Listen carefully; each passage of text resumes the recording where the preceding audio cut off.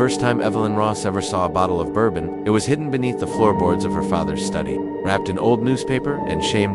She was 19 years old, and it was the spring of 1919. Outside, the world was recovering from war. Inside, in the quiet Kentucky town of Fairwater, women were expected to recover from nothing. They were expected to remain untouched, unmarred, silent hand, especially sober. Her father was a preacher, tall and solemn, with a voice that shook like thunder when he read from the pulpit. Her mother, Lillian, was gentler, but every bit as bound to the rules.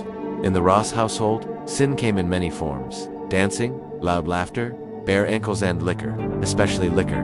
The irony was that her father kept a bottle anyway. Medicinal, he said once, when Evelyn caught a whiff.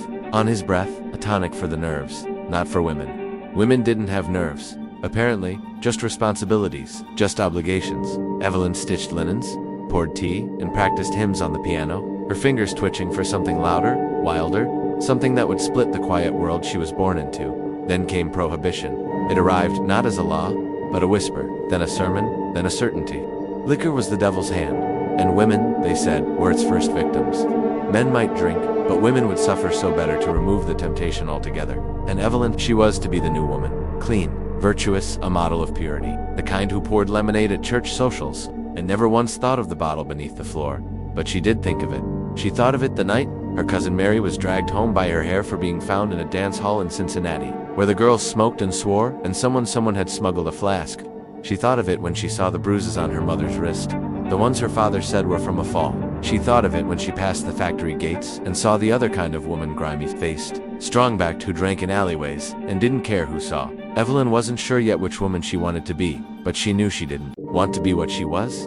She met Anna on a Tuesday. Anna wore trousers, real ones, with suspenders and scuffed boots, and she talked like a Yankee. She came down from Chicago with ink-stained fingers and a camera slung around her neck.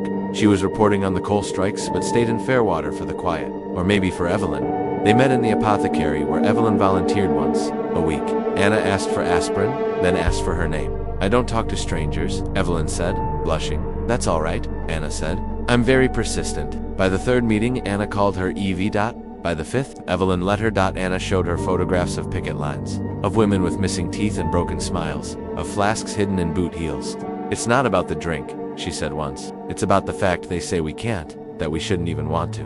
Evelyn didn't answer, but the words stayed with her. That summer, Evelyn stopped going to Sunday service. She said she had headaches, that the heat was too much. Her father didn't question it, just left the door open behind him when he walked to the chapel. Expecting her to follow, she didn't. Instead, she followed Anna to hidden barns where jazz spilled from phonographs, to riverbanks where women took off their shoes and drank peach moonshine from tin cups. The first time Evelyn drank, her hands shook.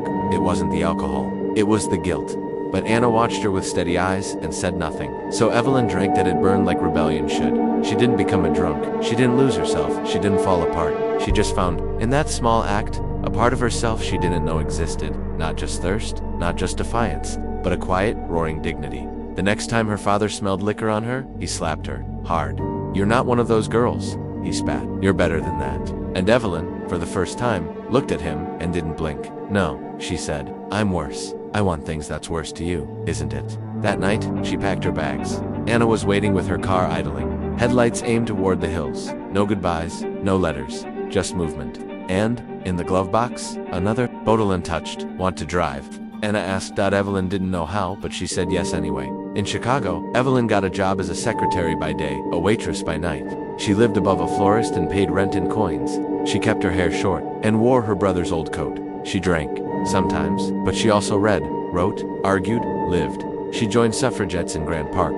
She learned to type faster than anyone in the office. She kissed Anna in a rainstorm and didn't apologize. The law said she couldn't drink. Her family said she shouldn't. Her world said it was unbecoming, unladylike, dangerous. But Evelyn Ross was not a lady. Anymore, she was becoming something else, something better. She was a woman who could choose. Even if the world tried to stop her, even if the liquor burned, she chose anyway.